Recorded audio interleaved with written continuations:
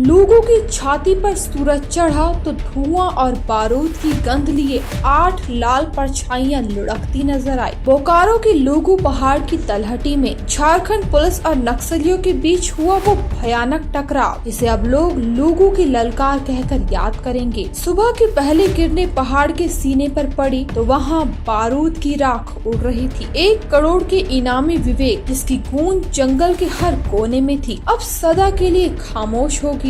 25 लाख का इनामी अरविंद यादव, जिसका खौफ गांव की सांसों में था, अब इतिहास बन गया। मुठभेड़ के बाद कुल 8 नक्सलियों की लाशें मिली। पुलिस को खबर मिली थी कि लाल दस्ते लोगों की घाटी में मंडरा रहे हैं। सूचना पक्की निकली और इस बार जवानों ने इंतजार नहीं किया। जंगल में गूंजती गोलियों के बीच हिम्मत और हैरत का संग्राम हुआ।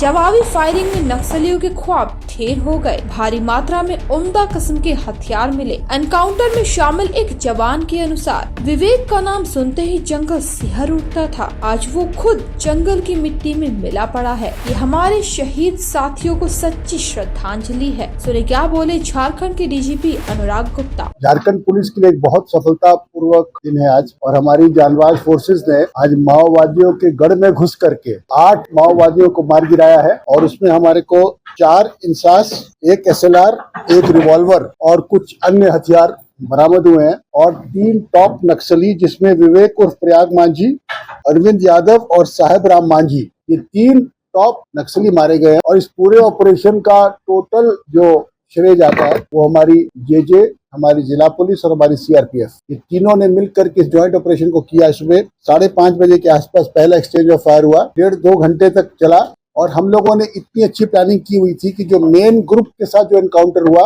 उसके आसपास में चारों दिशा से हम लोगों ने एक कट ऑफ फोर्स लगा रखी थी, ताकि कोई भी उग्रवादी भागने नहीं पाए। ये जो पूरा दस्ता था करीब 16 से 17 लोगों का था। ये इसमें सबसे इम्पोर्टेंट कोबरा, जो मेन स्ट्राइक फोर्स थी, वो CRP की कोबरा यूनिट थी, जिसने फायरिंग करके उग्रवादियों को मार गिराया। जो हम लोगों ने एक वायदा किया था कि अपने सभी शहीद जवानों का बदला भी हम लोग लेंगे, ये नक्सलियों को झारखंड से उखाड़ के फेंक देंगे। हमें अपने राज्य के हर उग्रवादी की पूरी जानकारी भी उपलब्ध है और उसका लोकेशन भी हमें प्राप्त है। तो ये एक सफलता के साथ साथ एक वार्निंग भी है उन लोगों को जो कि अभी भी हथियार उठा के घूम रहे हैं राज्य में, कि जल्द से जल्द आप सरेंडर कर जाइए, क्योंकि आपके बारे में हम हर चीज जानते हैं। आप कहाँ बैठते हो, कहाँ खाते हो, कहाँ छुपते हो, किससे मिलते हो, किससे वसूली करते हो, सब हमें पता है। इसलिए जो बचे खुचे, खास करके जो चाईबासा के सरंडा के जो नक्सली है, मैं उनसे अपील भी करना चाहता हूँ और उन लोगों को एक वार्निंग भी देना चाहता हूँ। यदि आपको अपनी जान प्यारी है, यदि आप इस देश में, इस राज्य में, इस शहर में, जिले में अमन, चैन और शांति चाहते हो, तो आप सरेंडर कीजिए। झारखंड राज्य की एक बड़ी सुंदर सरेंडर पॉलिसी बनी है। जो भी उग्रवादी सरेंडर करते हैं उनको नियमित जेलों में नहीं रखा जाता है, उनके लिए स्पेशल जेल बना हुआ है। और जो भी रिवार्ड का अमाउंट उनको जो उनके ऊपर रखा गया उन्हीं को प्राप्त होता है, प्लस उनकी एजुकेशन, उनके घर, उनकी क्रिमिनल केसेस को लड़ने के लिए अनेकों प्रकार की सुविधाएं हम देते हैं। आज का ये जो एनकाउंटर है, ये इनके लिए एक चेतावनी भी है और एक अपॉर्चुनिटी भी है।